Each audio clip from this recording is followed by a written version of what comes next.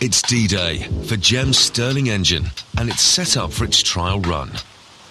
The transparent front is collecting heat directly from the sun and getting a boost of extra sunshine from the reflector. The cold aluminium back is doused down with water for extra cooling.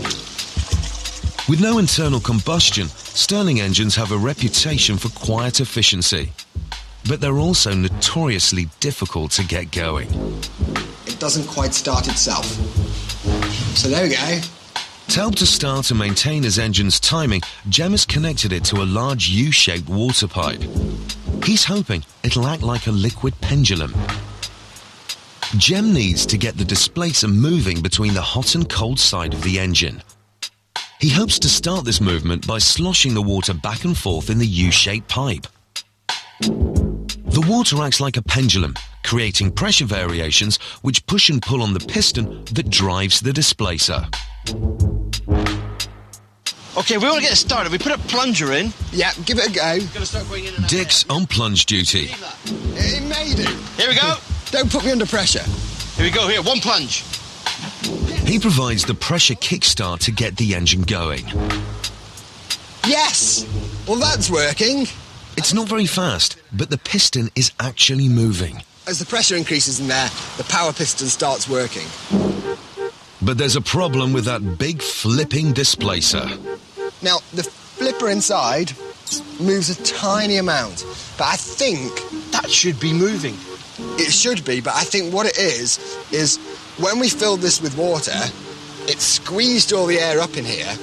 This is now under pressure inside, and I think Excess pressure means the piston that's supposed to act on the displacer isn't working. It's sticking against the cold side, stopping it moving. I think to get round the problem of there being excess pressure in there, we should buzz a little hole in here, release some of the air, and then seal it back up again. So Gem drills a small hole to release some of the pressure. And just as pressure is being released from the box, the pressure for the Planet Mechanics mounts. Jesus drops by. Do you want to start the engine? We'll prime it up. Here we go. It's a tense moment. Pressure is being released from the box, but will it be enough to get the engine going?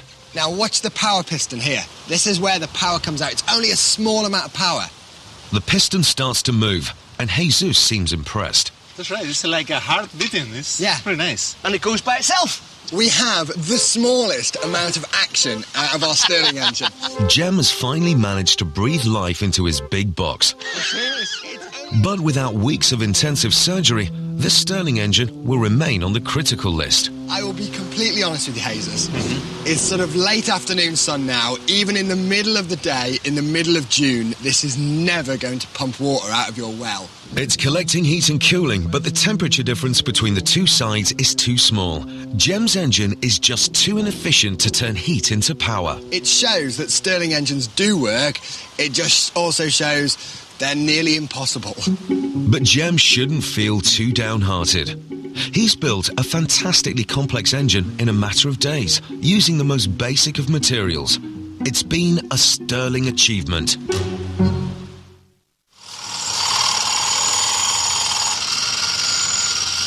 As for the cows, all hopes now rest with Dick and his homemade windmill. So it's back to work, and Dick gets down to finishing off the frame that will hold his big set of blades. Next, a tail fin, which will keep the rotors facing straight into the breeze to pick up maximum wind force. So for Dick, everything has finally come together. It's time to take his windmill out for a spin. The recycled rotor is an impressive sight, but Dick better hope that all those sharp blades are firmly bolted down in place. Looks like a wind pump to me. Hey!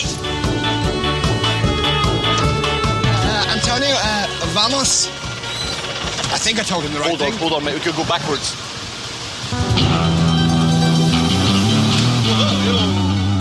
After all that hard work, the guys can sit back and enjoy the ride. Erecting the windmill should be a breeze. Fine day for it.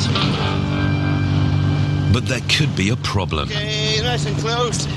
The well is situated in the most exposed part of the finca. The Levanta wind has been steadily rising throughout the afternoon, and that could spell trouble. Let's see if it lines up, okay? Hold on. Perfect, bring it down. Dick, it's too windy. It's not... I don't even like that up there. Can you imagine doing that with a 6-foot diameter kite on the end of it with razor blades attached? Well, that's what it is. It's just nothing but sharp metal. It's yet another blow for the wind-battered mechanics. Viento flojo mañana. Absolutely. Entonces. Okay. Mañana. It's a word that Dick doesn't need translated. The only hope is that the storm blows itself out by tomorrow. But there's no question of simply sitting it out. Jem has to find a way of cooking a large pan of paella at tomorrow's town festival. That trip to the solar tower has got Jem thinking. Here, the banks of reflectors rotate to track the sun and concentrate all that energy onto one small area. If Jem can find a way of reflecting enough sunlight onto the paella, he stands a good chance of cooking it thoroughly without poisoning the festival goers. It's not taken Jem long to rustle up an experimental prototype. Dick, what are you doing, mate? I've got a long-powered death ray. It's amazing. Suck the air out of here. It then pulls that into a curve. That curve then focuses the sunlight on anything, and you can fry it. I don't believe it. Check this, right? When Jem sucks the air out of the big bowl, the reflective cover is pulled into a curve. This means that all of the sunshine hitting it is reflected into one super powerful focus point. Whoa! Which, like he says, enables him to fry anything. It's ace. Whoa. Paper, cardboard, and even clothing. We could dry my sweaty socks. Be very careful with that, Dick. Oh, it's drying nicely. That's not drying. That's catching fire.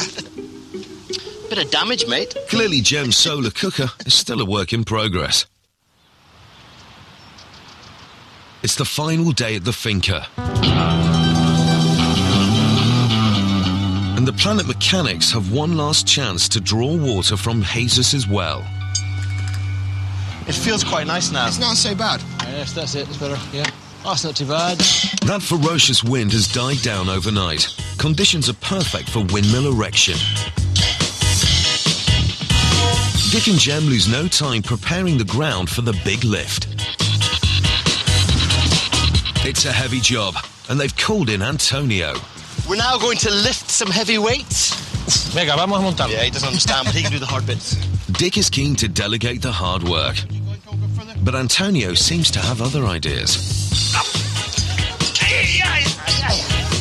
As Dick and Jem struggle with the heavy rotor, he's put himself on lightweight pole duty. But this job is crucial. That pole is stopping the blades spinning out of control at this vital moment. Right, get up there and hold that up there so it doesn't come forward again. Jem secures the rotor while Dick bangs in the final bolt. Okay. It's in place. Now it's on to fitting the pump. You ready? It's going to go in the water now. Yes. Now that gets fed down through the end. Yeah. There, that's in. Everything is finally in place for the big switch on, and Jesus has arrived bang on time. As soon as Jem cuts the safety connections off, yeah, and I pull this piece of wood out, it starts to turn and pump water. No, that sounds great. Is the last one done? I'm so pleased we're doing this today, not yesterday. If you want to go over there and watch the end of that pipe. Okay, that's a good idea. Jesus, Here we go. This it's thank yours. You. Thank you very much. Look at this, here we go. This side. Come in. It's going in and out. Yeah, look, there's water coming at the top. Yes. We've got a high pressure. Yeah!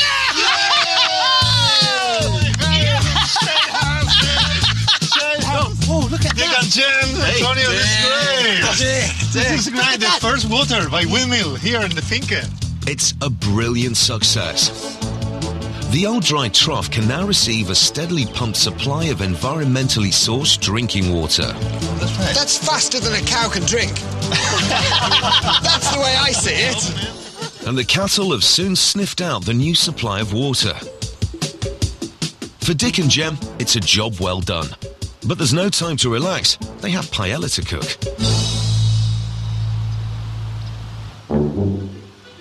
Back at the finca, Jem is refining his plans to produce a solar cooker to set up at the local fiesta.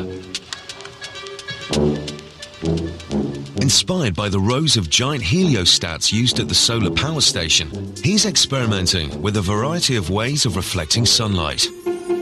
Now he's come up with his latest prototype. He's bashed out some shiny metal and is very excited about the reflective properties of the curve. I've made a small one out of our dustbin. I hope you don't mind. This curve should focus all the sunshine in this area into a tiny spot along here. You can see the way it hits my hand. Okay, so try that on there. You know, with our death ray, Yeah. that you couldn't put your hand there. Yeah. It totally cooked it. But this one doesn't focus it to a point, it focuses it to a line. So I think we're going to need to go much bigger. We want a big trough full of paella, so this is the right shape for us. Oh, so we can't spear paella onto a stick. I think it's achievable. I think we just need to go bigger and bigger and bigger.